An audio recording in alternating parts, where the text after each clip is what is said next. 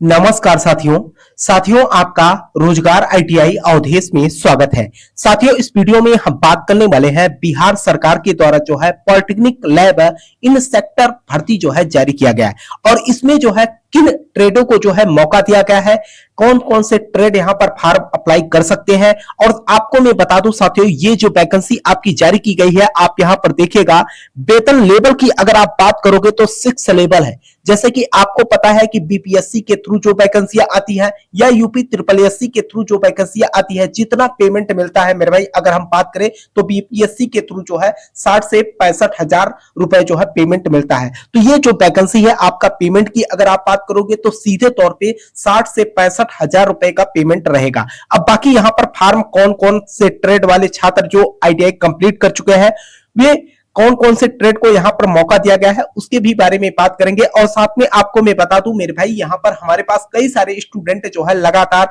Comment और message कर रहे हैं कि सर क्या हमारे पास सीटीआई है या इसका जो है कुछ वेटेज मिलेगा, या हम किसी आईटीआई कॉलेज में जो है पढ़ाते थे तो हमारे पास 2 साल 3 साल 4 साल का एक्सपीरियंस है, तो क्या इसका वेटेज जो है इस वैकेंसी में हमें देखने को मिलेगा। तो सारी अपडेट के बारे में मेरे भाई इस वीडियो में हम बात करने वाले हैं। सबसे पहले साथियों आपको मैं बता दूं, यहां पर देख सकते हैं आप बिहार सरकार के द्वारा बिहार तकनीकी सेवा आयोग में जो है यहां पर वैकेंसी जारी की गई है ना, इस विभाग के थ्रू। अब यहां पर देखिए, यहां पर जो वैकेंसी जारी की गई है, अगर हम बात करें, अगर आपने यहां पर आईटीआई इलेक्ट्रीशियन या वायरमैन से कर रखा है तो यहां पर आप फॉर्म अप्लाई कर सकते हैं। अगर हम अगले ट्रेड की बात करते हैं तो यहां पर फीटर को भी दिया गया है, इलेक्ट्रॉनिक मैकेनिक को भी दिया गया है ना। और यहां पर जो है अगर मैं बात करूं तो अगर आपका मशीनिस्ट ट्रेड है मेरे भाई, तो यहां पर फॉर्म अप्लाई कर सकते हैं। अभी मैं आपको दिखा भी देता हूं जो टेबल है ट्रेडों का। तो यहां पर देखिए, तो यहां पर सीधे तौर पे अगर आप देखेंगे पहले पॉइंट में लिखा है कि विज्ञान प्रौद्योगिकी एवं तकनीकी शिक्षा विभाग बिहार पटना के अंतर्गत राजकीय अभिनियंत्रक महाविद्यालयों, राजकीय पॉलिटेक्निक एवं राजकीय महिला पॉलिटेक्निक संस्थानों में जो है अनुदेशक के पदों पर जो है ये जो है लोक स्वास्थ्य अभिनियंत्रण विभाग के द्वारा जो है वैकेंसी जारी की गई है। इसके अंतर्गत इलेक्ट्रीशियन के रिक्त पदों पर नियमित नियुक्ति हेतु प्राप्त अधियाचना के लिए जो है कहा गया है। और ये फॉर्म की अगर आप बात करोगे तो 15 अप्रैल से ही फॉर्म ऑनलाइन स्टार्ट हो चुका है। ये जो है 15 मई तक चलेगा। और मैंने आप लोगों से बोला भी था कि इसमें जो है जल्दीबाजी नहीं करना है। सबसे पहले तो यहां पर क्वालिफिकेशन की बात करें साथियों, आप यहां पर देखिएगा किस विभाग के थ्रू ये वैकेंसी जारी की गई है। विज्ञान प्रौद्योगिकी एवं तकनीकी शिक्षा विभाग के द्वारा ये वैकेंसी जारी किया गया। अब यहां पर देखिए, अगर आप आईटीआई कर रखे हैं एनसीबीटी बोर्ड से, चाहे आप एससीबीटी बोर्ड से, लेकिन आपका ट्रेड होना चाहिए इलेक्ट्रीशियन और वायरमैन, फीटर। अभी मैं आपको टेबल दिखा देता हूं मेरे भाई, कितने ट्रेड को यहां पर मौका दिया गया है। अब यहां पर देखिए सबसे बेनिफिट क्या है मेरे भाई, अगर आप यहां पर जैसे मैं अगर इलेक्ट्रीशियन और वायरमैन की बात करता हूं तो यहां पर देखिएगा टोटल 249 पदों पे जो है वैकेंसी जारी की गई है इस ट्रेड के लिए। और इसमें जो है आपको मैं बता दूं, बिहार में जो है 35% मेरे भाई महिलाओं के लिए जो है सीट पहले से ही आरक्षित है। तो यहां पर अगर मैं बात करता हूं तो आप देखेगा तो 86 पद, जैसे अगर हम जनरल की बात करें 99 सीट है, तो इसमें से 35 सीट जो है पहले यहां पर महिलाओं के लिए निकाल दिया जाएगा। अगर हम ओवरऑल बात करते हैं 249 में टोटल जो है 86 पद जो है महिलाओं के लिए आरक्षित है। उसके बाद जो पद है आपके, आप यहां पर देख सकते हैं कैटेगरीज वाइज जो है सीटें दिया गया है, कहां पर कितनी सीटें हैं किस कैटेगरी में, ठीक है। तो टोटल 249 पद है जिसमें से 86 पद जो है महिलाओं के लिए है, ठीक है। तो आगे अगर हम यहां पर बात करते हैं, देखिएगा सीधे तौर पर अगर बात किया जाए, यहां पर अगर मैं क्वालिफिकेशन की बात करता हूं तो आप देखिएगा अनिवार्य शैक्षणिक योग्यताओं के बारे में बात की गई है। मान्यता प्राप्त बोर्ड समकक्ष संस्थान से, कहने का मतलब मैट्रिक यानी कि 10वीं परीक्षा की बात की जा रही है कि आपका पास 10वीं की मार्कशीट होनी चाहिए। और साथ में जो है आपको साथ ही किसी मान्यता प्राप्त औद्योगिक प्रशिक्षण संस्थान से आईटीआई, जो कि इलेक्ट्रीशियन वायरमैन, अभी जो मैं नोटिस आपको दिखाया ये इलेक्ट्रीशियन और वायरमैन का है, अभी फीटर का भी दिखा देता हूं, इलेक्ट्रॉनिक मैकेनिक का भी दिखा देता हूं, है ना। तो यहां पर जो है क्वालिफिकेशन ये आपके पास होनी चाहिए, ठीक है। ऐसा नहीं है कि जो है अगर आप प्राइवेट आईटीआई किए हैं, है ना, तो ऐसे में जो है ये मान्य नहीं होगा। आप नीचे देखिएगा इलेक्ट्रीशियन अथवा वायरमैन ट्रेड में दूरस्थ शिक्षा से अर्जित उत्तीर्ण अधिमानता नहीं दी जाएगी। अधिदूरस्थ मतलब यहाँ पर एक रेगुलर होता है, एक प्राइवेट होता है, ठीक है, उसके लिए बात की गई है। बाकी अगर हम यहाँ पर बात करते हैं साथियों, अब यहां पर देखिएगा बिहार सरकार यहां पर फीटर ट्रेड की बात की गई है। अनुदेशक फीटर ट्रेड के लिए प्रोसीजर वही है ना, कि आपके पास आईटीआई होना चाहिए और वहीं पर रखे जाएंगे जिस विभाग की जो है वैकेंसी है। अब यहां पर 15 अप्रैल से लेकर 15 मई तक फॉर्म फिलअप किए जाएंगे। बाकी आप देखेंगे वेतन का जो स्तर लेवल है वह 6 लेवल है, ठीक है। अनुदेशक के पदों पर जो है वैकेंसी कराई जाएगी। अब यहां पर देखिए आपके पास योग्यता जो होनी चाहिए, आप चाहे एनसीबीटी से आईटीआई करके रखे हो, चाहे आप एससीबीटी से आईटीआई करके रखे हो, आप यहां पर फॉर्म अप्लाई कर सकते हो, है ना। अब यहां पर देखिए अगर मैं बात करता हूं यहां पर फीटर ट्रेड के लिए जो वैकेंसी जारी की गई है वह टोटल जो है 84 पदों पर जो है वैकेंसी जारी की गई है, जिसमें से 29 सीट जो है पहले से ही महिलाओं के लिए जो है आरक्षित है। तो यहां पर जो है 84 पद जो है आप लोगों के लिए जारी किया गया है फीटर ट्रेड के लिए। और बाकी यहां पर अगर आप बात करोगे क्वालिफिकेशन की बात करोगे या जो है फॉर्म को फिलअप करने के लिए सभी ट्रेड की मैं बात कर रहा हूं साथियों, तो ये जो है आप देख सकते हैं यहां पर 1/8/2026 से जो है आपका न्यूनतम जो आयु होना चाहिए कम से कम 18 साल होना चाहिए, ठीक है। उसके बाद जो है अगर हम यहां पर बिहार की लेवल से अगर हम बात करते हैं, अनारक्षित के लिए जो है 37 साल तक, अनारक्षित महिला के लिए 40 साल तक, है ना। जो स्टूडेंट यहां पर बिहार के हैं उनके लिए। बाकी अगर आप यहां पर जैसे कि अगर हम बात करते हैं जनरल कैटेगरी से, अगर आप अदर स्टेट से जाएंगे मेरे भाई तो जनरल कैटेगरी से आप आएंगे तो 37 साल तक जो है यहां पर फॉर्म आप अप्लाई कर सकते हैं। आगे देखिए यहां पर जो है अनुदेशक के पदों पर इलेक्ट्रॉनिक मैकेनिक, है ना, और मैकेनिक रेडियो और टीबी के ट्रेड से अगर आपने आईटीआई कंप्लीट कर रखा है मेरे भाई तो भी जो है आप यहां पर फॉर्म अप्लाई कर सकते हैं, है ना। और पद वही है मेरे भाई, ठीक है। वेतन लेवल 6 है ना। अगर आप यहां पर टोटल पोस्ट की बात करोगे तो यहां पर भी सीट जो है आपकी ठीक ठाक नजर आ रही, 130 टोटल आपके सीट रहेंगे, है ना, जिसमें से 44 पद जो है महिलाओं के लिए मेरे भाई पहले से ही आपको यहां पर आरक्षित है, जो कि मैंने आपको पहले भी बता दिया, ठीक है। बाकी यहां पर अगर आप आयु की बात करेंगे तो सेम वही है मेरे भाई, बार बार यही बताना जो है उचित नहीं रहेगा, है ना। अगर हम बात करें 1/8/2026 से जो है आपका मिनिमम एज जो है 18 साल होना चाहिए। उसके बाद जो लिमिटेशन रखा गया सभी के लिए जो है सेम रखा गया है। अब यहां पर देखिए अगर हम बात करें मैकेनिक का ट्रैक्टर के लिए जो है यहां पर अगर आप मैकेनिक ट्रैक्टर से आईटीआई कर रखे हैं तो आपके लिए बता दूं केवल और केवल यहां पर एक सीट जारी किया गया है, ठीक है। तो एक सीट है, जो भी भाई बंधु ऐसे हो जो मैकेनिक या ट्रैक्टर से जो है आईटीआई कर रखे हो तो आप फॉर्म अप्लाई कर सकते हैं।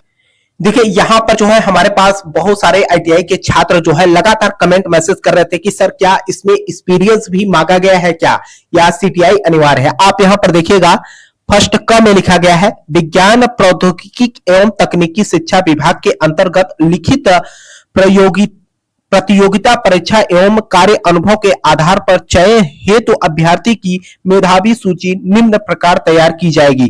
कहने का मतलब जो यहाँ पर जो विज्ञान प्रौद्योगिकी में जो है यहाँ पर कार्यरत है, संविदा के पद पे जो है यहाँ पर पढ़ा रहे हैं, तो उनके लिए जो है यहाँ पर बात की गई है ना।